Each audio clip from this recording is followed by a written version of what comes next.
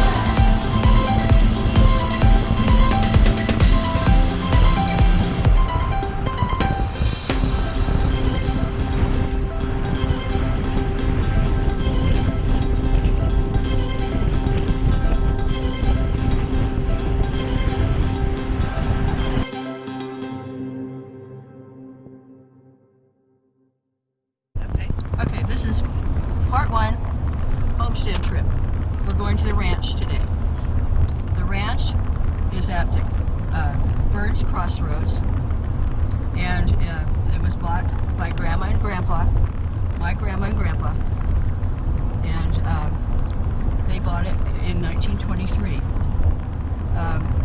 They turned it into a very big ranch. They raised cattle and lots of sheep. They were completely self-sufficient. They had rabbits, they had goats, they had pigs. They hung their own beef in a little house that they made. They had what Grandma canned in the wintertime, in the summertime for the winter. They had a sod house, which is a very old type of structure where you keep things cool. It was right by the creek. They moved to Crooked Creek in 1923, and they paid $10,000 for this property. It turned out when Grandma sold it, it was worth about $100,000, and that was in 1953, 55, somewhere in there. And we're going to meet the man, one of the men that she sold it to. Okay. Today. Okay. At the ranch. All right.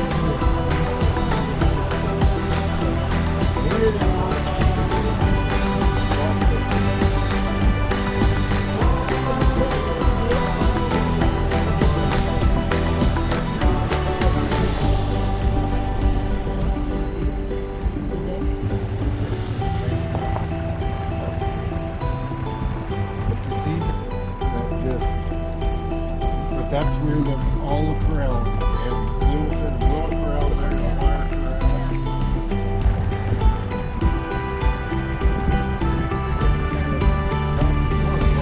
They did win.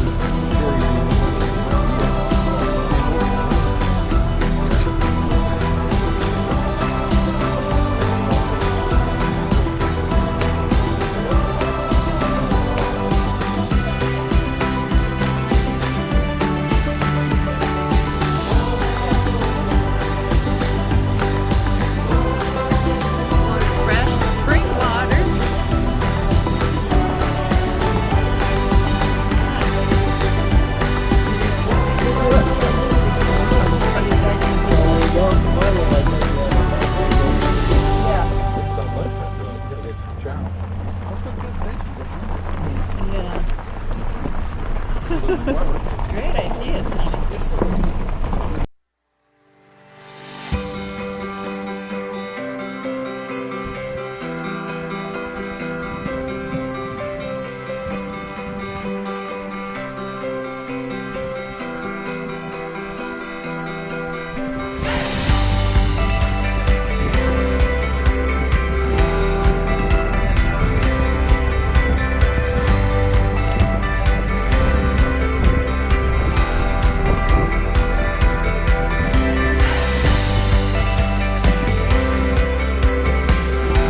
This is the Fort Harney Cemetery, where Keturah, Jane, Whiteley, Clark, Tudor, James is buried. She was married. She got around. Yeah. All husbands died natural causes. At least we think so. Yeah, and then her husband, my grandfather, great-grandfather, Jesse Benjamin, is buried here. When they started from Springtown, Texas, Keturah was pregnant. She had my grandfather. She had her 4 children, 3 girls and a boy, by Mr. Clark. And she gave birth in India to Luther, my grandfather's brother, in Indian Territory in Oklahoma.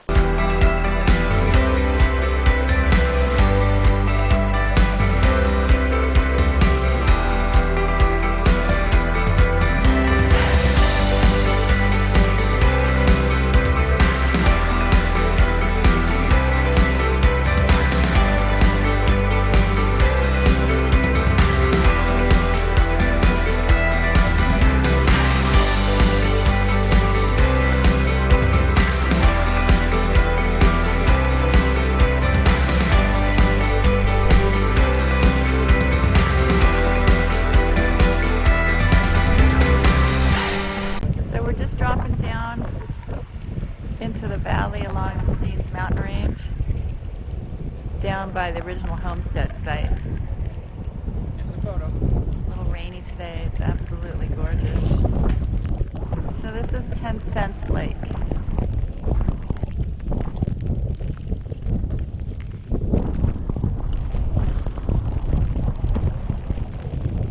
We're looking up at the east side of the Steens Mountain range. So we drove out across, what was it called, 10 Cent Lake? 10 Cent Lake, yeah. And we're out cruising on this little dirt road. I think we're in BLM land. Find a small one like this black stuff. Small black. Clouds are beautiful today. It's really pretty out here. All right, this is the road that my dad went when he went to Crane High School. It was his first outing in the big public forum of high school and a big city kind of town that he was not used to. He was used to being the little boy on a ranch all by himself. So it looks like the road just kind of goes up over the hill Yeah. and then kind of through that saddle over there. Yeah, and his father took him in their Model T Ford Up that hill. up that hill, Awesome. and he went to, it was like his first freshman year, I think, in high school. This is Juniper Canyon, where the creek came down and filled in the lake. And this was the water source for Grandpa and Grandma in the 1906 Homestead. Okay. Yeah. So that's Juniper Lake down there. Yeah. Well, I'm sure it went down here and filled. So it came down there, yeah. and went over there because I Yeah. see water down in that Yeah. valley. Yeah. So we're getting pretty close to the homestead then. We are. Okay, cool.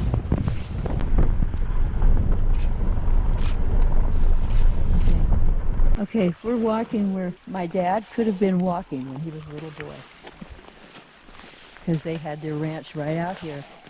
And we're coming up on some of the ruins of the stone barn. And he used to wait here for his dad coming down from that road there. And he could hear the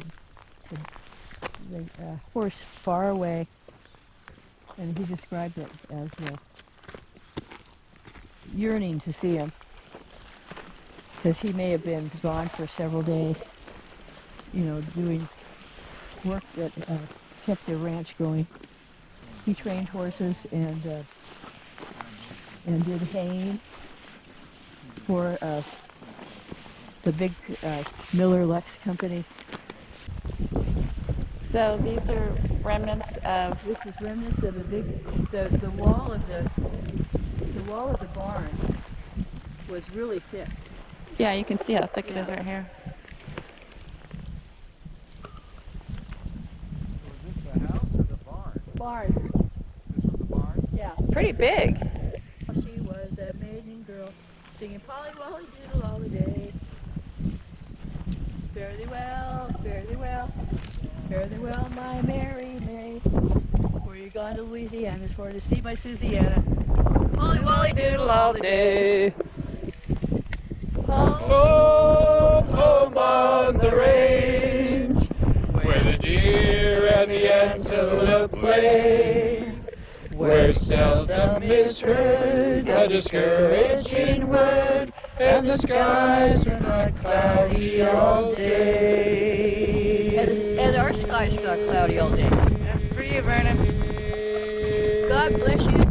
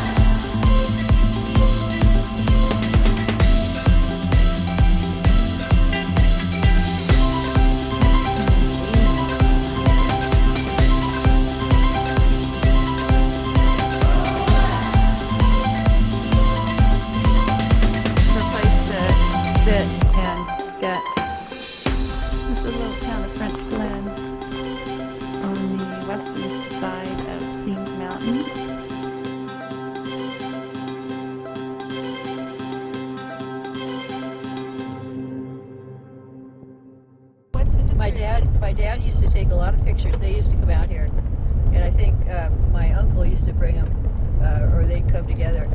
They'd fish and hunt out here, and they'd go to the Blitzen River, and then they'd also go to Kiger Gorge. And my dad has some really nice black and white photos of Kiger Gorge. I'm anxious to see what it looks like in person again. We're heading up the western side of the Steens Mountain. I think we just went past the road to Fish Lake, which is where we used to do a lot of camping. Cool. It was fun as a kid. And what did you say about the Blitzen River? The Blitzen River, I think, came down the middle of the Kiger Gorge, or it's part. It comes from there. I'm not quite sure. We'll have to look at the map and see what it says. Okay. But we're on the west side now.